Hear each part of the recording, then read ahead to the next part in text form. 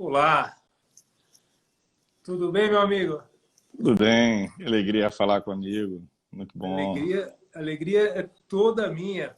E, meu, tem umas pessoas que evidentemente, nos deixam alegres de convívio, mas você é um cara que eu tenho uma alegria que eu não consigo descrever, Geraldo. É muito legal, Obrigado. muito bacana, realmente, todas as vezes que a gente se encontra e virtualmente também não é diferente, né? Então, Muito eu estou obrigado. extremamente feliz e honrado aqui com a tua participação nessa série de lives que eu tenho feito aqui. Eu estava tentando relembrar aqui e eu cheguei aqui a seguinte situação, Geraldo. Eu acho que nós nos conhecemos nos anos 90, na época do ID, lá com o James Tubenchilac. Isso, mas nós nos conhecemos ali, naquele contexto. Você, evidentemente, muito mais novo do que eu, mas infinitamente mais novo do que eu. Mas eu também hoje fiz um esforço de memória para poder registrar isso. Mas a nossa aproximação se dá via IBCCRIM. Sim, Nós sem nos dúvida. conhecemos ali. Você ainda é um menino, mas era muito menino e tal. E lá no IBCCRIM você logo teve responsabilidades ali, foi uma pessoa muito importante, e é uma pessoa muito importante, mas aquele momento de consolidação do Instituto Brasileiro de Ciências Criminais teve em você uma força que é possível dizer que contribuiu para o IBCCRIM ser o que é hoje. E eu queria, se você me permitir, Claro, nesse início, prestar minha homenagem ao Ranulfo de Melo Freire, sem dúvida. que nos deixou recentemente e que também é responsável por esse Instituto de Excelência, um dos fundadores, uma das nossas maiores referências, não apenas intelectuais, não apenas como magistrado, mas como companheiro de luta, né? Companheiro de trincheira. Então fica essa minha homenagem ao mestre Ranulfo e a alegria de termos convivido lá atrás. Cada um Pois é. tem seu caminho, digamos, todos temos nossas crenças. Até quem não tem crenças extraordinárias, transcendentais, como é o meu caso, tem algumas crenças. Nós somos humanos, somos sujeitos de crença. E a minha é de que nessa jornada que desenvolvemos juntos no planeta Terra, nessa jornada que nós construímos juntos no planeta Terra, o importante é essa afinidade, aquilo que a gente, as pessoas e as ações que a gente pode desenvolver em conjunto para a gente se sentir melhor. E Ranulfo, como Alberto Silva Franco, como tanta gente ali, né? Puxa vida, Sim, sim. falar o Sérgio Salomão Checaira. O Instituto ter essa característica de reunir aí, eu acho que as grandes alavancas desse processo democrático penal brasileiro, dali surgiram tantas e tantas ideias que depois acabaram ganhando relevo até de lei e tanta contribuição para o nosso processo penal brasileiro, né? Direito penal, criminologia, enfim, Claro, tudo, todas política as áreas das criminal. ciências criminais, né? E na Perdemos. quinta-feira, o dia que faleceu o Ranulfo, né? Eu fiz uma homenagem para ele aqui, porque, para mim, especialmente, ele, ao lado do Alberto, abriram as portas do IBCCRIM para mim e me deram espaço de produção científica, espaço de conhecimento, né? Eu falei do nosso conhecimento lá no ID, né, do James, que também foi um precursor das ciências criminais brasileiras, né? Tão importantes eram os congressos dele. E foi numa ocasião que eu o conheci Hamilton, conheci Lênin, conheci a época garantista do próprio Fux. Enfim, Me perdoe, foram... ministro e amigo. Pois é, pois é. E os garotos do Rio, né, como eram chamados, Tínhamos enfim, cabelo, tínhamos pois, cabelo. pois é, pois é. Enfim, tanta gente boa. E naquela época eu era apenas ali um iniciante no direito, eu era um espectador, e depois jamais sonhava em um dia poder sentar ao teu lado e fazer uma palestra no mesmo evento. Ou seja, o mundo dá tantas voltas, e aqui deu tantas voltas conosco, e graças a Deus nessas voltas acabamos circulando juntos, né? Então é muita alegria para mim realmente ter dado esse salto, né? de um espectador para um coadjuvante, né? Nada, E, poxa... protagonista, grande protagonista. Como já foi referido aqui, né, entre as pessoas que estão nos assistindo aqui, fizeram uma justa homenagem a você como intelectual que você é, como pensador extraordinário, como advogado também, que é fantástico. É isso, amigo. Perdemos, só para o último registro, o pessoal falar de coisas boas de agora em diante, foram dois fundadores esse ano que nós perdemos, Luiz Flávio Gomes e Ranulfo. Sim, sem Ranulfo de dúvida, Melo sem Freire, dúvida. dois fundadores. Mas Dois seguindo sua fundadores. frente, vamos honrá-los, né? Vamos lá, sequência. Bem, a ideia hoje é você, né, falar para a gente do sistema acusatório. E eu tenho algumas relíquias aqui no escritório, tá? Eu estou aqui, e aí eu comecei a cavocar algumas relíquias. E falando até do James, né, eu achei aqui o livro de doutrinas do ID. E nesse volume 7 já tinha lá um artigo teu falando a respeito do interrogatório como meio de defesa e não naquela ideia primitiva do meio de prova tal. Enfim, aqui parece surreal hoje, em 2020, nós tentarmos definir aqui um sistema acusatório a partir do pacote anticrime, né? E que tem a sua suspensão aí decorrente da liminar do Fux, né? Mas, enfim, o sistema acusatório, e aí você nos dá a letra, por favor, eu ouvia lá dizer, né, o juiz Geraldo Prado, na época, né, falar que, poxa, a Constituição já tinha assegurado esse nosso sistema acusatório, os limites constitucionais já nos delimitávamos dentro do que se chama do sistema acusatório. Como é que é isso, Geraldo? Já existia? Não existe? Passou a existir? Foi suspenso? O que é o sistema acusatório, Geraldo? Isso aí. Bem, então, começar talvez por uma questão metodológica, mas que, na minha opinião, é muito importante, porque é a causa da sua indagação e de tantos outros. Uma pergunta sobre o que é o sistema acusatório, ela é, antes de tudo, uma pergunta: que tipo de leitura é possível fazer da maneira como sociedades humanas elas se organizam para arbitrar responsabilidades e, especificamente, a responsabilidade de natureza criminal para o fim de, se for o caso, aplicar uma sanção penal, aplicar uma pena. Eu posso olhar para esse universo de várias formas. É um universo jurídico. Portanto, voltando à teoria do direito, eu tenho regras de dever ser. Então, eu posso olhar para esse universo a partir da maneira como ele deveria se comportar regularmente, de forma ordinária, para produzir efeitos jurídicos que são os efeitos jurídicos esperados. Como é que eu posso olhar para a atividade policial, a atividade dos juízes, do Ministério Público, a atividade dos defensores, de todos os personagens que participam do processo criminal, tentando enxergar uma maneira de realizar comportamentos que, ao final, resultem em sentenças válidas, em pronunciamentos judiciais que não sejam nulos, que sejam juridicamente válidos, definindo a questão definindo se o acusado é culpado ou inocente. Então, essa é uma maneira de olhar as coisas. A outra maneira de olhar as coisas é ver como as pessoas funcionam normalmente no sistema de justiça. O que, na realidade, o que de fato fazem os policiais, as autoridades policiais, os integrantes do Ministério Público, da magistratura, no âmbito penitenciário, porque também os sistemas processuais se projetam para a execução penal, eles não ficam restritos à etapa da investigação e ao chamado processo de conhecimento condenatório. Também na execução penal nós temos expressão dos sistemas processuais, de uma maneira as coisas acontecem ali. Então eu posso olhar para essa realidade e tentar descrevê-la. Então eu tenho, de início, dois caminhos.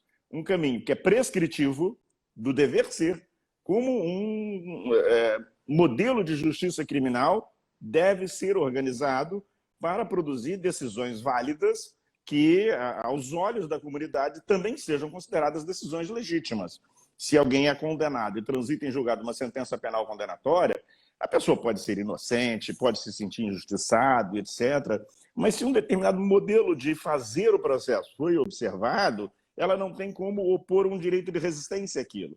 Ela pode resistir naturalmente ao cumprimento de uma sentença condenatória, mas ela não terá um direito supraestatal a respaldar essa sua posição. É legítima a condenação, vai ser efetivamente executada. Então, eu tenho uma perspectiva de prescrição das coisas, do dever ser, como é que um sistema processual se organiza à luz de alguns critérios, que nós vamos mencionar daqui a pouquinho, e tem um outro olhar, que é o olhar da realidade fática. Como é que funciona na prática as coisas, que é a observação, o diagnóstico do sistema processual, como as coisas se dão, como elas são. Então, são duas formas muito diferentes de olhar para esse universo.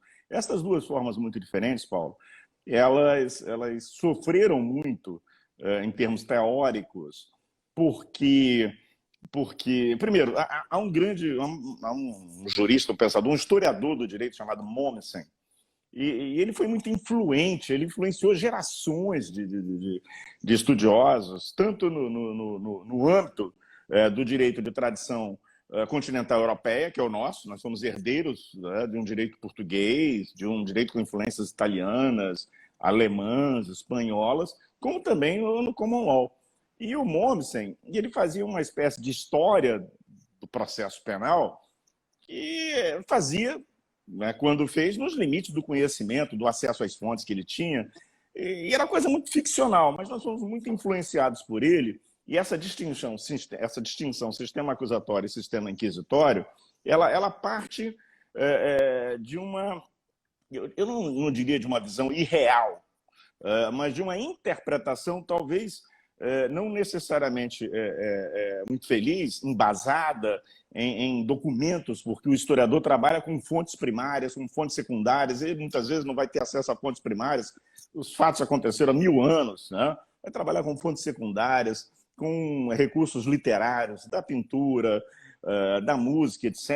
É difícil a vida do historiador, mas no caso específico do Mommsen, tinha uma coisa muito ideal, como eles pensavam que era, como teria sido um sistema acusatório e um sistema inquisitório. Isso vai inspirar os nossos primeiros processualistas penais, fazendo uma homenagem a João Mendes Júnior, aí da Universidade de São Paulo, da USP, fazendo homenagem a Joaquim Canuto Mendes de Almeida, sobrinho de João Mendes, muita gente, o Hélio Tornag, aqui no Rio de Janeiro, Tourinho Filho, ali próximo a você. Muita gente vai se inspirar nessas obras mais clássicas a partir de uma visão, de uma imaginação do que tinha sido o passado. Então, no passado, supostamente, nós tivemos modelos de arbitramento de responsabilidade penal, modelos de organização da justiça criminal, vou simplificar as coisas.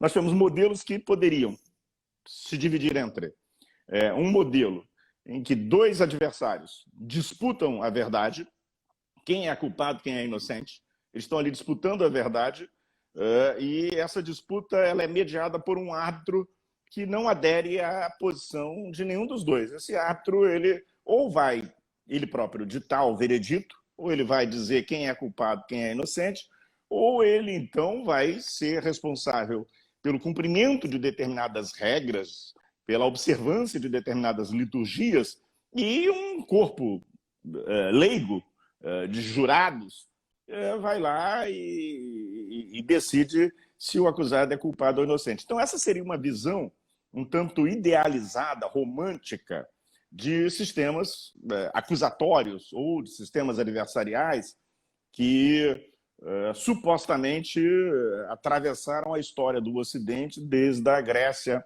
mais remota, desde os momentos mais remotos da Grécia até os dias atuais. E outra extraordinária tecnologia ideológica, que foi a Igreja Católica, no momento em que ela é muito poderosa na Idade Média europeia, a outra forma de fazer as coisas, também tendo por norte a descoberta da verdade, né? Então, nesse modelo acusatório ideal, nesse modelo acusatório que eu chamaria de imaginário, e, Paulo, é a primeira vez que eu estou, digamos, colocando publicamente aquilo que vai sair num livro pela Marcel Pons no ano que vem só. Tá? E que né, eu escolhi esse tema porque eu tinha esse propósito, tendo em vista tantas confusões que eu testemunho, né? Então, havia um imaginário desse sistema acusatório de dois adversários, acusador e acusado, disputando ali, Um árbitro que ou regulava a disputa e decidia, ou regulava a disputa e os jurados decidiam. E, do outro lado, por inspiração da tecnologia de repressão penal inquisitorial, a partir do Concílio de Latrão, 1215, que formaliza, mas a coisa já vinha de antes até, uma busca da verdade por um comandante, por um sujeito que vai cumprir várias funções ali. Ele vai definir qual é o tema que nós temos efetivamente que enfrentar aqui, quem é o suspeito. Eu vou buscar essas provas para saber se ele é culpado ou inocente e, no final, eu vou decidir. Então, isso tudo vai aparecer, vai estar presente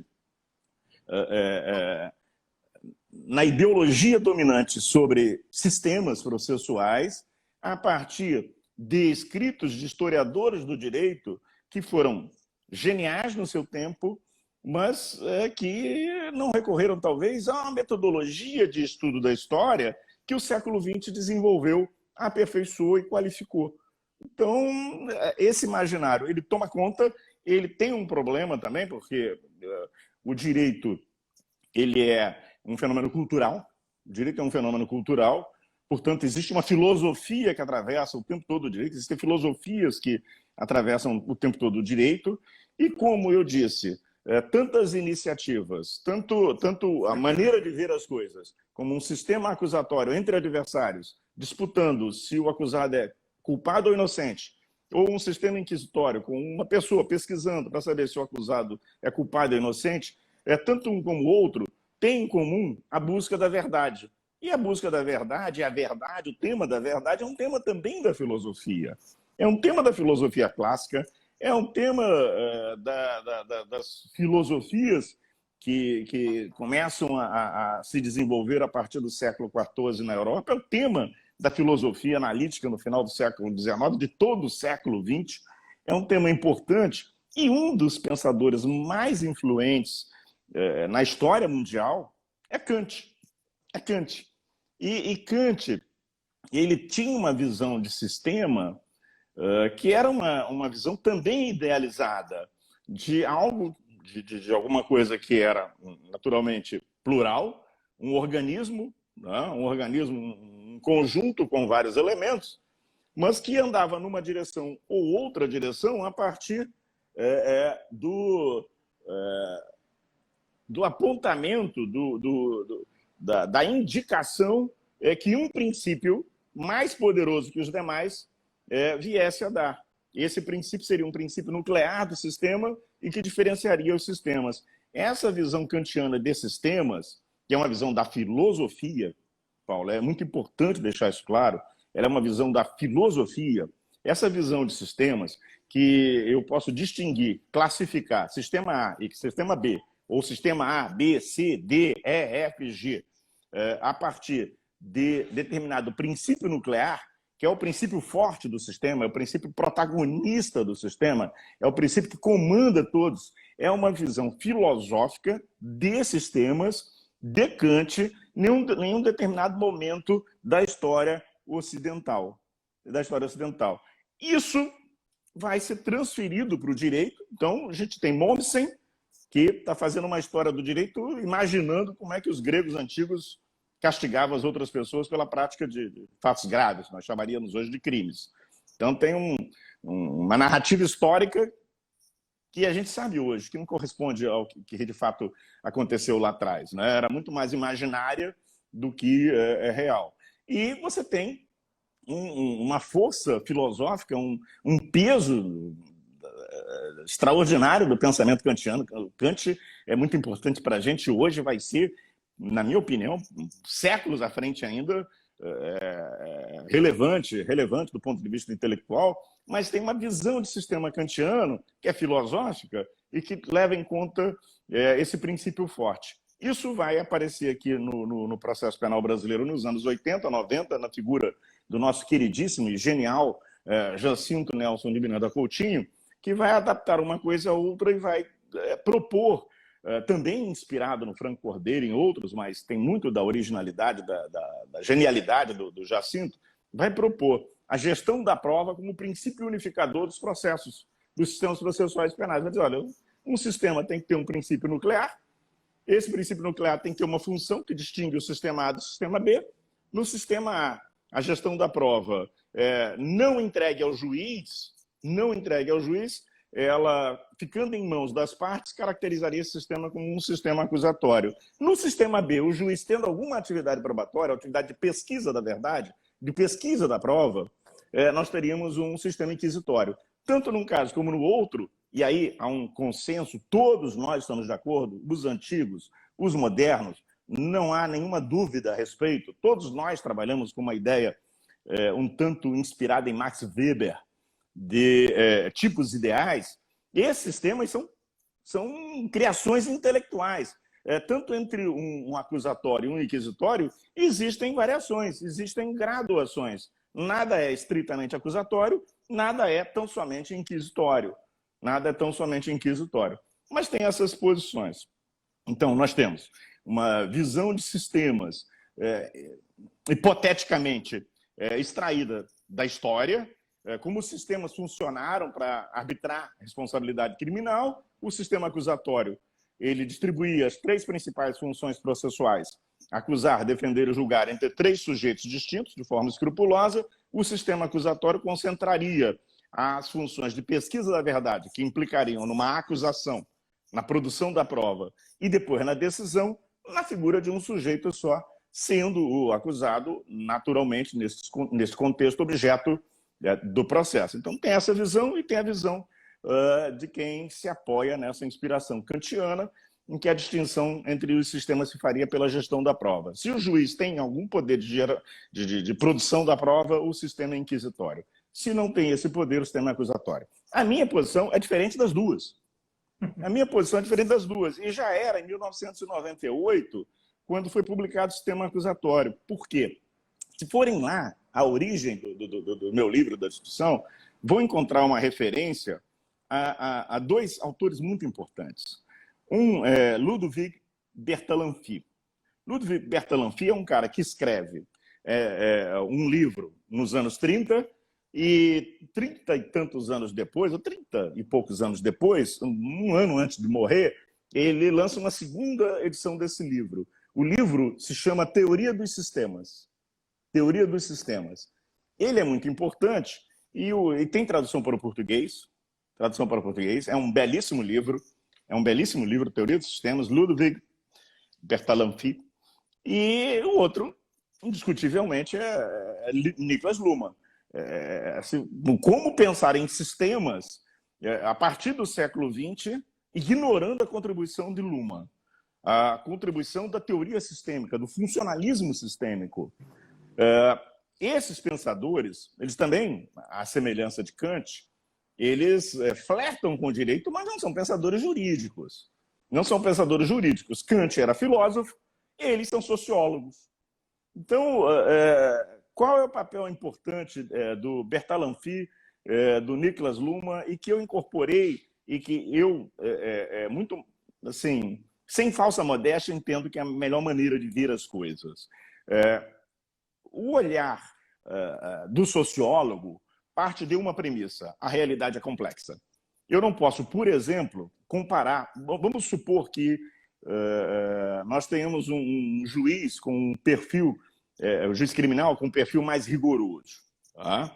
E temos um juiz criminal com um perfil que se acostumou chamar de perfil garantista, um perfil que é rigoroso com o cumprimento das regras processuais e que, portanto, em sendo rigoroso assim, ele acaba condenando menos.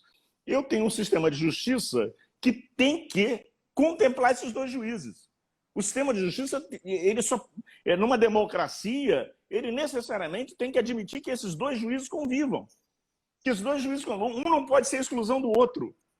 Da mesma maneira, os investigadores de polícia, da mesma maneira, no Ministério Público, da mesma maneira, entre os advogados. A realidade, ela é muito mais complexa, muito mais colorida que o preto e branco de um desenho de um tipo ideal.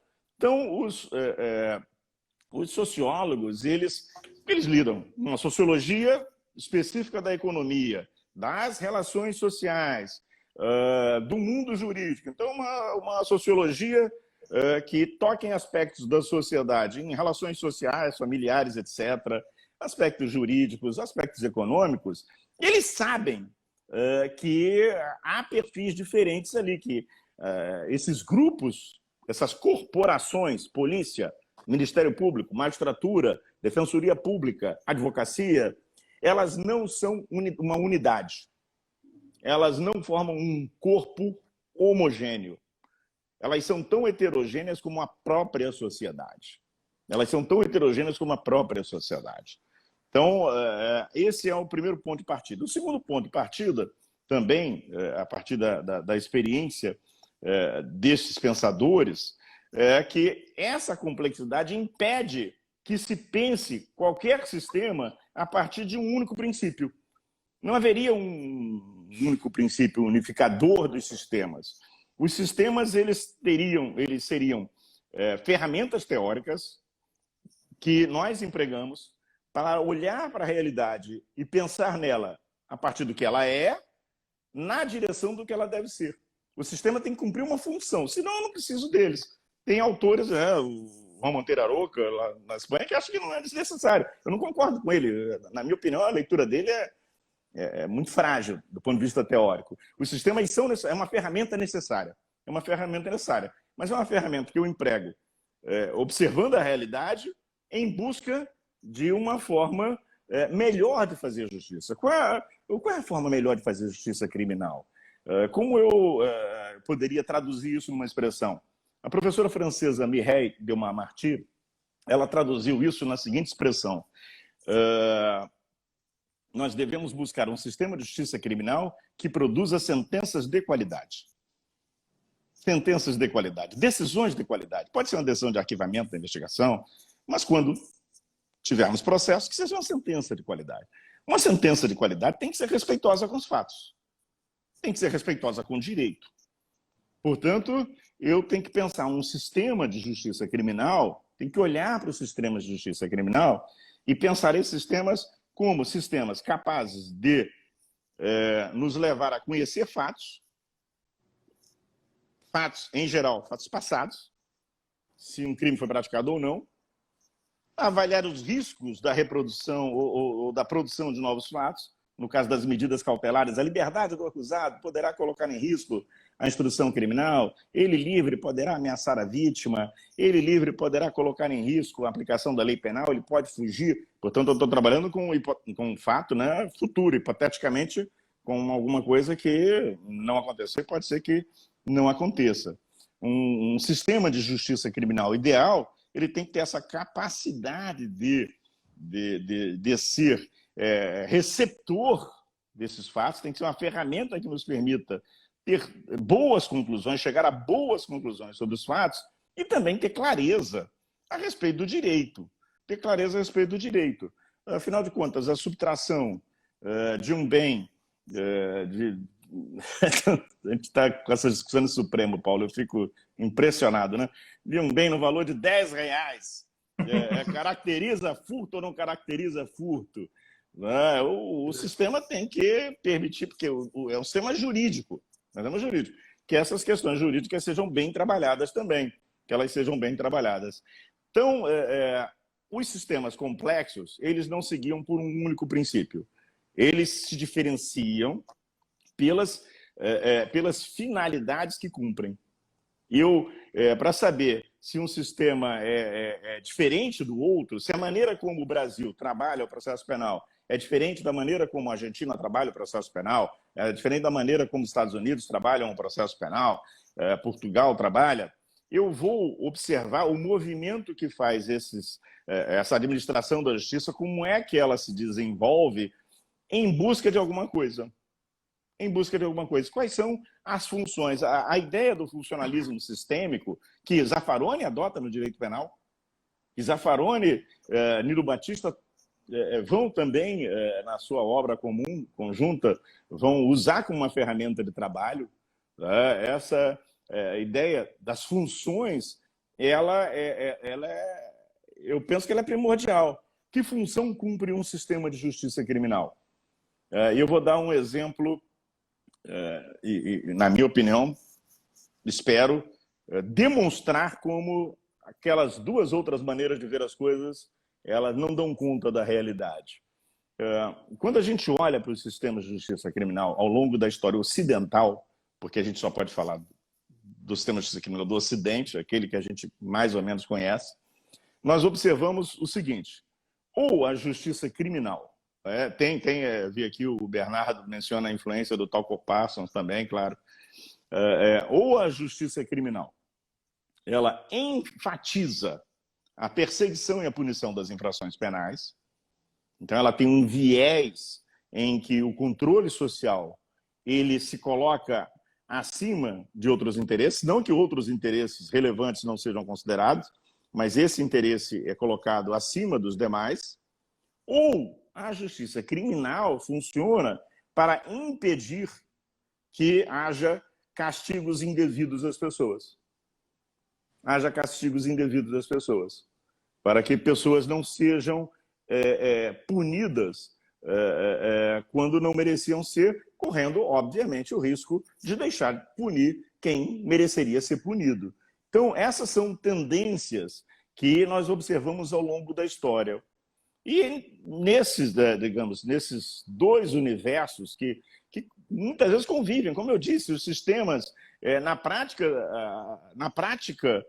nós temos uma comunhão de tudo isso aí. Nós não temos a coisa feita só de um jeito ou só de outro. O mesmo juiz, aquela pessoa física, vamos eleger um aqui, João. O João, juiz, ele pode, num determinado processo, ele priorizar as regras, as garantias do processo.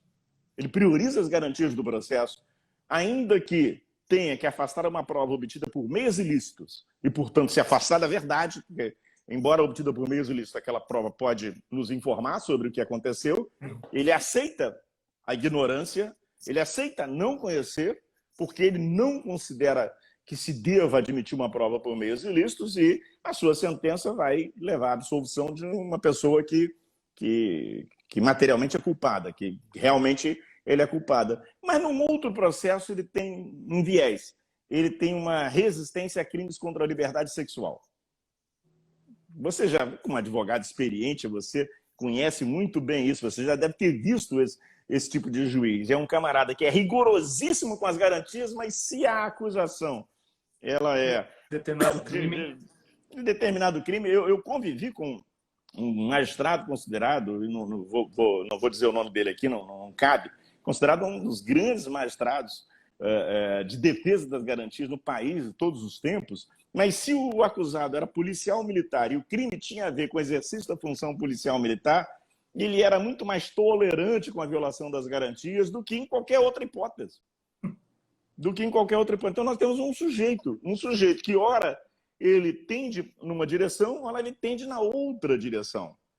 Então nós precisamos entender que os sistemas são ferramentas teóricas, que eles não aderem à realidade, uma coisa fica de um jeito ou fica do outro, ou é preto ou é branco. Eles são ferramentas para nós analisarmos a realidade e para nós tentarmos melhorar esta realidade escolhendo o caminho. Ali nós temos que fazer uma escolha, vou falar daqui também alguns minutinhos dessa escolha. Quando eu falo, nós temos que fazer a escolha, a Constituição já fez.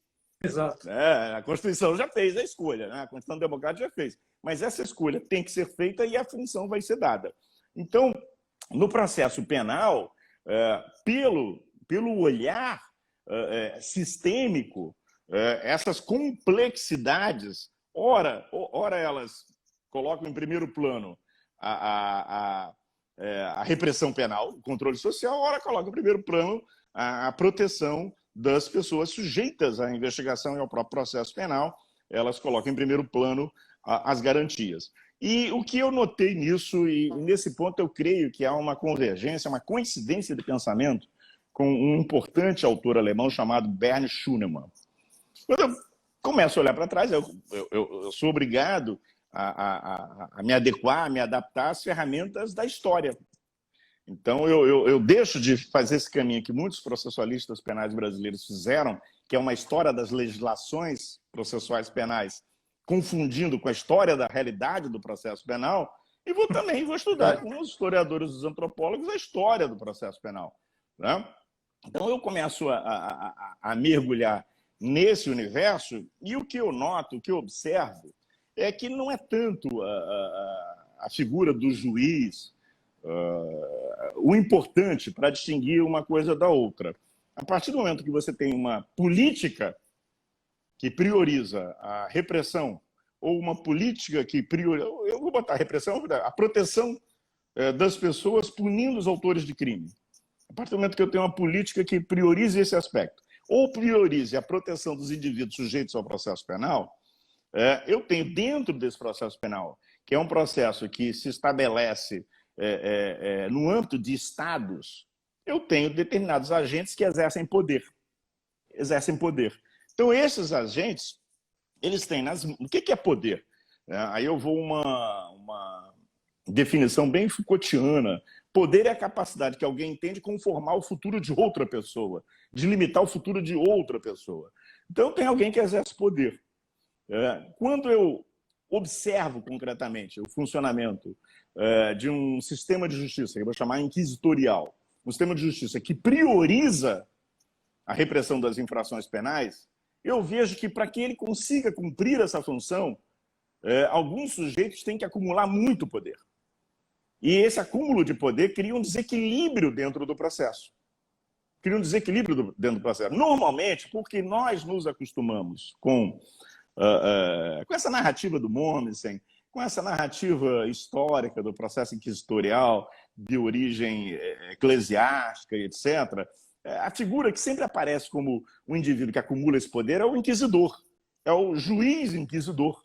Então, quando o juiz acumula as funções de acusador, defensor e juiz, estamos diante de um processo inquisitorial. Hoje nós temos visto, em determinadas formas de processo consensual, processo negocial, que se o Ministério Público ele acumula poderes, então tem uma forma ideal de processo em que o juiz é um árbitro.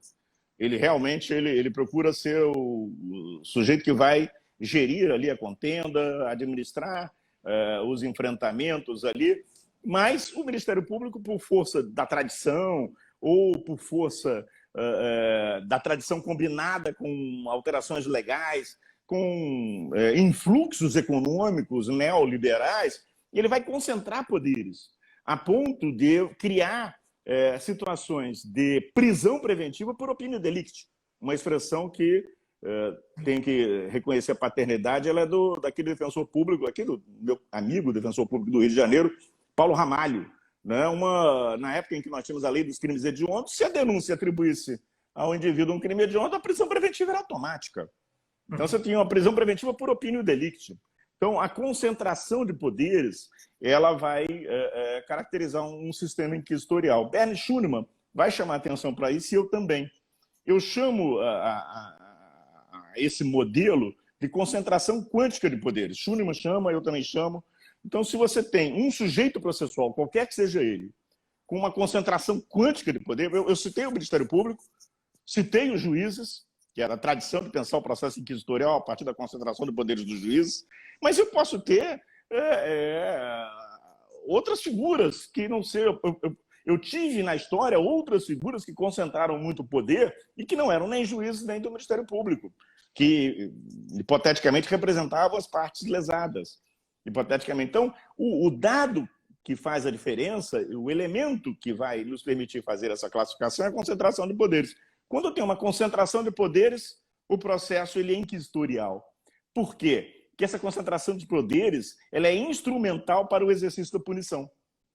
Ela é instrumental, ela vai servir a um objetivo muito específico. Quando eu não tenho essa concentração de poderes, quando eu tenho essa distribuição de poderes, quando até o poder do juiz está sob fiscalização republicana e democrática, o juiz tem que fundamentar suas decisões, tem que fundamentar exaustivamente a decisão relativa à matéria de fato, tem que fundamentar a decisão relativa à matéria de direito, tem que garantir o poder de participação efetiva do Ministério Público e da defesa na formação do seu próprio convencimento. Não pode ser um juiz que iniba a atividade do Ministério Público, não pode ser um juiz que iniba a atividade da defesa, quando eu tenho essa situação de equilíbrio em que não há a concentração de poderes, em que não há uma concentração extraordinária de poderes, aí o que se verifica? Um modelo acusatorial ou um modelo adversarial, importa menos a etiqueta.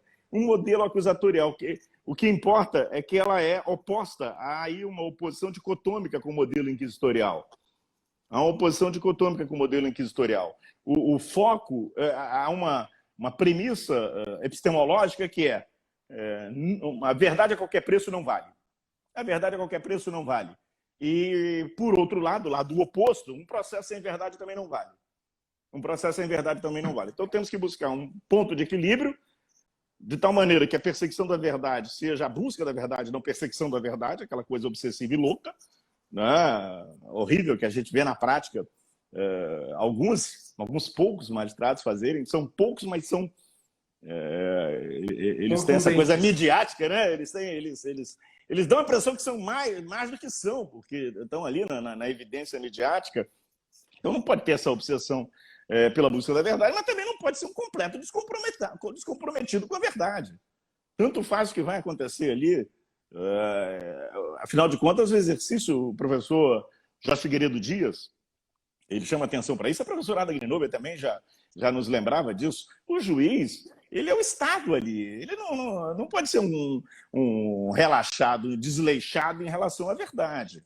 Tá? Então, tem que ter um processo que se caracterize por permitir às partes a produção de provas e o desenvolvimento desse processo na busca da verdade, mas de forma equilibrada. De forma equilibrada. Essa é a característica. E qual foi a nossa opção? É porque nós vínhamos, tradicionalmente, desde sempre, nunca tivemos um processo acusatório no Brasil, mas nós que fomos inquisitoriais, sempre com os mais vulneráveis, com os negros, com os índios, com todas as pessoas das classes, os anarquistas, os sindicalistas, todas as pessoas das classes sociais mais desfavorecidas, na ditadura mais recente, naquela que precede a Constituição de 88, 64, 85, democratizamos a violência do sistema. E classes médias foram atingidas pela arbitrariedade. Classes médias foram atingidas por uma arbitrariedade que até então era destinada aos negros, aos comunistas, entre aspas, marginália e etc.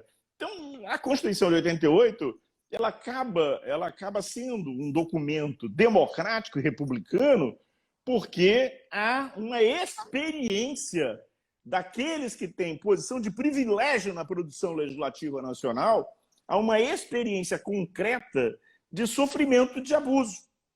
Verdade. De sofrimento de abuso. Porque enquanto o chicote batia nas costas lá dos outros, o Código de 40 era ótimo. Eu tenho colegas de turma de faculdade, um colega especificamente, que ele nem concluiu a faculdade, mas que ele um dia, conversando comigo, ele disse, mas o Código de 40 era um código de excelência. E eu ponderei com ele, olha, excelente para quem, né? Excelente para quem? Devia ser excelente para alguém, mas não para todos. E a ideia republicana, a própria noção de república passa pelo controle do poder, né?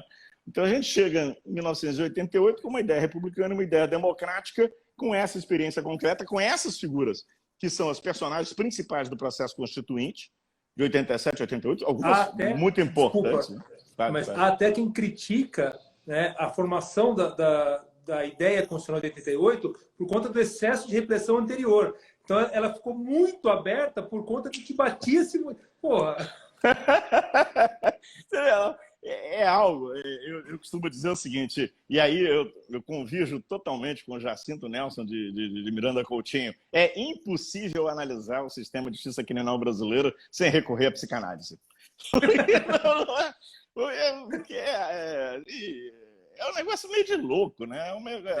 Os argumentos, as pessoas não se escutam, não é possível.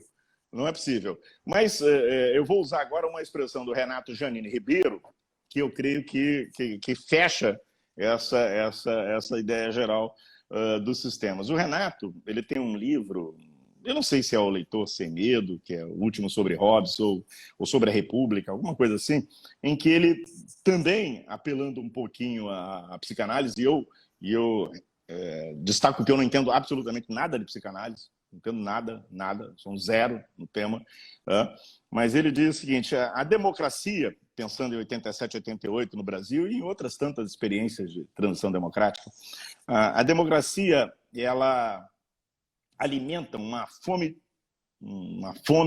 de direitos, um desejo intenso de direitos.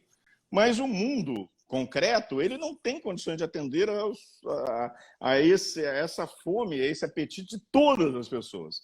Então, a República procura ser um superego, um mecanismo de intervenção que vai dizer o seguinte: olha, nem todos os desejos serão atendidos, mas nós não podemos mais manter critérios de atendimento a desejos em que só um setor da sociedade ele se torna capaz de usufruir esses direitos e os outros setores, na sua larga maioria, ficam de fora desse esquema. Então, a República é um controlador dos poderes e não é o controlador de quem não tem poder, né? A ideia da República de controlador do poder não está dirigida ali a um universo de gente vulnerável que não quer exercer o poder de fato. Então, o nosso momento constitucional de 87 a 88, ele vai se traduzir num sistema de processo penal que busca ser controlador dos poderes. Eu me lembro, hoje isso é pouco falado, Paulo, mas eu me lembro da reação intensa dos delegados de polícia logo no 5 de outubro de 88, data da nossa promulgação da Constituição, porque a partir daquele dia eles não poderiam mais entrar na casa alheia sem ordem judicial. Eles disseram que a criminalidade vai fazer uma festa. E o Leonel Brizola, então, que já procurava aplicar a regra do Código de Processo Penal por meio dos seus secretários aqui no Rio de Janeiro, Nilo Batista, querido Nilo Batista e outros tantos, sofria esses ataques. Os delegados, como um todo no Brasil, disseram: que absurdo é esse? Exigir ordem judicial para entrar na casa do suspeito. E essa exigência e tantas outras, a ordem judicial para afastar o sigilo telefônico, o reconhecimento de que uma prova obtida por meios ilícitos não poderia ingressar no processo, e se casualmente ingressasse, se conseguisse se furtar aos controles, ela não poderia ser valorada, a exigência de fundamentação das decisões sob pena de nulidade, a garantia do duplo grau de jurisdição, o reconhecimento de um universo fora do direito brasileiro, que trata de direitos humanos e que era importante, faria parte, integraria o nosso ordenamento jurídico, os tratados e convenções internacionais, o papel da Corte Interamericana de Direitos Humanos, os tratados contra a tortura, etc. Isso vem num contexto republicano de claro controle do poder. Então, não é o controle de quem não tem poder, é o controle do poder. Sendo o controle do poder, é inevitável, não há como chegar a uma conclusão diferente. Assim, se eu estou errado, eu devo estar errado, eu não sei, eu devo estar fazendo uma interpretação em que os meus erros vêm de premissas fáticas, premissas históricas, premissas jurídicas, premissas filosóficas. Eu teria que estar errando muito, muito, e não estou. Sinceramente, eu efetivamente não estou, né? Aquela opção ali de controle do poder é uma opção para um modelo acusatório. Agora, o processo constituinte, para quem se lembra daquele período, sabe que o processo constituinte foi tenso. O que aconteceu ali, muito rapidamente, em um minuto, aquela história. A eleição do Tancredo Neves, com o Sarney como vice. Tancredo morre. É interessante que eu tinha ingressado no Ministério Público naquele mês, abril de 85. 2 de abril de 85, eu ingresso no Ministério Público como promotor de justiça, né? Então, Tancredo morre, Sarney toma posse, mas esses primeiros anos do governo Sarney foram anos de tutela militar ainda, em que ministros militares, entre eles o Otávio Medeiros, que vinham da geração do João Figueiredo e etc., continuaram, Newton Cruz, eles continuaram muito importantes naquele universo, no nosso universo, né, social brasileiro, social político, econômico, jurídico, etc. Então, os nossos constituintes não ousaram, como os portugueses, pós-Revolução dos Cravos, que cravaram, sendo aí repetitivo, cravaram na Constituição que o sistema constitucional, que o sistema processual penal português era acusatório. Então, você tem uma regra na Constituição portuguesa que reconhece o processo penal português como acusatório em resposta ao modelo do Salazar e do Marcelo Caetano, em resposta ao... Os nossos não, nós tínhamos ali um momento... Então, o que se faz? O que se faz é uma construção de controle do exercício do poder, baseada basicamente estruturalmente em três eixos importantíssimos. Um deles, talvez o mais importante, o reconhecimento do monopólio do exercício da acusação pública pelo Ministério Público, artigo 129, inciso 1, uma regra constitucional de extraordinária relevância democrática e republicana. Eu fui promotor de justiça, Paulo, em processos antes de 88, em que a acusação tinha sido feita pelo juiz. O juiz que ia julgar a causa tinha sido o autor da acusação. E eu entrava ali para assistir aquilo. Você está falando de 85 ou de 2015? The Intercept nos mostra que existem permanências autoritárias, só que agora elas necessitam ser clandestinas. Naquela época elas não eram. Então, você tem um Ministério Público independente em relação às suas funções. Esse artigo 129, inciso 1, ele é muito importante. Você tem uma interessante alteração no conceito do juiz natural, que é a que está no inciso 53 do artigo 5º da Constituição, e que não tem precedente na história constitucional brasileira. Durante muito tempo, a ideia do juiz natural era a ideia da proibição de juízes e tribunais de exceção. Então, a gente passa a exigir a competência como um requisito de validade, competência para processo de julgamento. Então, é o segundo eixo. E o terceiro eixo é um reforço à posição defensiva extraordinário, desde a garantia da ampla defesa do contraditório, que vinha em outras constituições também, não é por aí, mas a proibição da prova ilícita, a exigência de imediata comunicação da prisão, a exigência da manifestação judicial imediatamente em seguida a prisão em flagrante para o controle da legalidade da prisão, motivação das decisões, todo um afastamento de sigilos sob reserva jurisdicional de função, todo um conjunto de poderes defensivos que eram que não havia antes, que efetivamente não havia. Então, você tem um tripé em que acusação, defesa e juiz se controlam respectivamente. Estou vendo a nossa querida Marinete, mãe da Marielle, entrando aqui. Agradeço muito a presença dela. Eu que sempre fui fã da Marielle, companheiro de luta de Marielle. Marielle, nossa referência aí. Muito obrigado, Marinete, pela tua presença aqui. Tá? Entre tantas pessoas maravilhosas. Aliás, isso que eu ia falar, desembargadora Cátia Zambuta, minha querida amiga grande magistrada aqui do Rio de Janeiro, querida amiga de turma também aqui, tanta gente, né, entrando aí, tanto André Nicoliti e outros tantos. Geraldo, nós temos mais 6 minutos, infelizmente. Isso. E eu pedia que você controle. Se você topar, e eu já franqueio imediatamente, nós podemos encerrar a hora que der esse tempo e continuar. Eu abro de novo e a gente continua.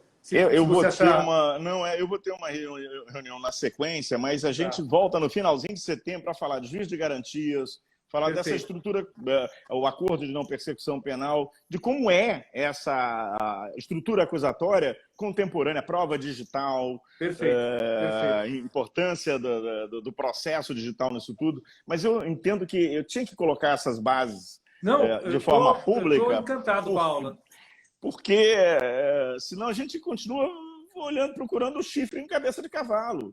Perfeito. E ninguém vai chegar a lugar nenhum. Então, só para concluir esse ponto, a opção constitucional, embora não explícita como a portuguesa, ela foi pelo modelo acusatório. Só que, e aí a relevância de nós trabalharmos com a noção de sistemas que vêm da sociologia,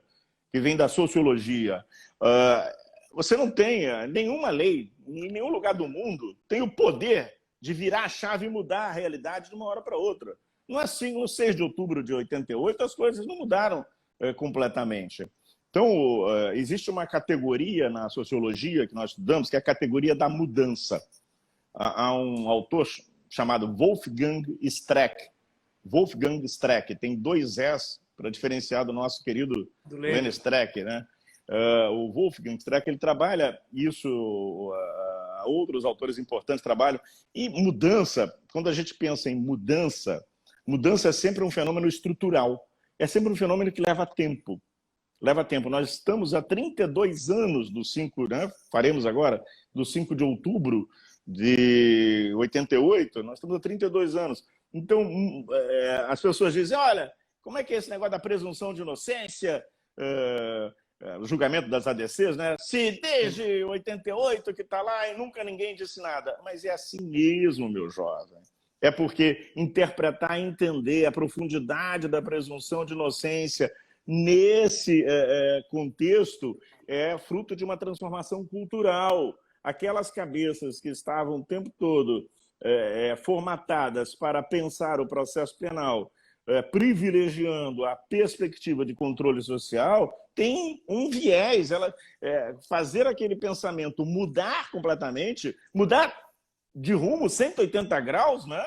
É algo que é quase impossível. Então, é a mudança geracional num contexto também em que tudo mudou, porque hoje nós estamos aqui nos comunicando em rede. O que acontece entre 88 e 2020 é que, para além das mudanças políticas, nós temos uma mudança tecnológica. A sociedade é uma sociedade em rede, horizontalizada, transformada. Quer dizer, para além da demanda por tempo para transformação, ter uma demanda característica de qualquer processo de transformação, essa transformação para adequar o processo penal brasileiro a um modelo acusatório ainda concorre com a revolução tecnológica e informacional, que é um tanto problemática. Por quê? Por que essa revolução tecnológica e informacional ela tem uma tendência inquisitorial? Né? Tendencialmente ela é inquisitorial. Primeiro, porque você passa a ter uma extraordinária concentração de poderes em mãos de algumas corporações. Facebook, Google, etc. Hoje, um dos temas que eu investigo, um dos temas que eu trabalho, é o condicionamento das investigações criminais pelas determinações dessas grandes empresas. Elas estabelecem limites para a investigação criminal. Nós estamos vendo isso agora, estamos discutindo isso agora no âmbito do Supremo Tribunal Federal, na investigação das fake news, né? Abriu o timer para mim aqui, ó, em 1 minuto e 50 ele fecha. A gente não consegue controlar isso. Exato. Então, só para finalizar, a solidificação de uma mentalidade acusatória, da compreensão da acusatoriedade, é um processo aberto. É um processo em andamento, né? E essas são as novas gerações que vão trabalhar. Para isso é preciso qualificar o estudo, mergulhar, olhar a realidade, não olhar para as violências nas favelas e achar que aquilo é normal. Isso não dá, né? Se eu começar a negar a realidade, aí não vou a lugar algum. Paulo, eu quero te agradecer muito por esse espaço. Lá no finalzinho de setembro, início de outubro, a gente volta para falar de outros temas, mas eu entendi que era muito importante colocar isso para fora. Eu não tenho nem palavras para expressar minha gratidão aí por você, pela aula, uma aula magistral, importantíssima, e tenho certeza que a plateia que nos acompanhou aqui, extremamente qualificada, e os que vão assistir depois, que eu vou deixar isso aqui salvo, né, vão aprender muito, Geraldo, como eu aprendi com você mais uma vez, meu amigo. Muitíssimo obrigado a você e a todo mundo que acompanhou a nossa live de hoje. Fiquem bem, fiquem com saúde, fiquem bem. Fiquem em casa. Tchau, tchau.